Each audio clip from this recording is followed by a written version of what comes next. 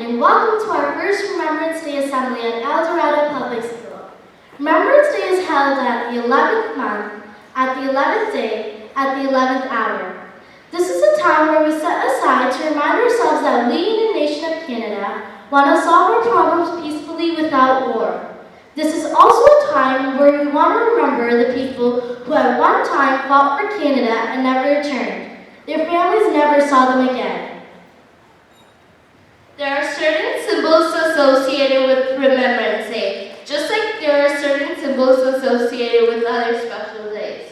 One of these symbols is the small white cross. Small white crosses were used to mark the burying place of soldiers. When we see a cross, it reminds us of the many people who died during war. Red flowers called poppies grew in the fields around the crosses. The poppy became a symbol.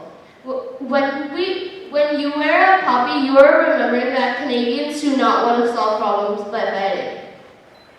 Flanders Field is a war poem that was written by a Canadian soldier and doctor, John McCrae. He was inspired to write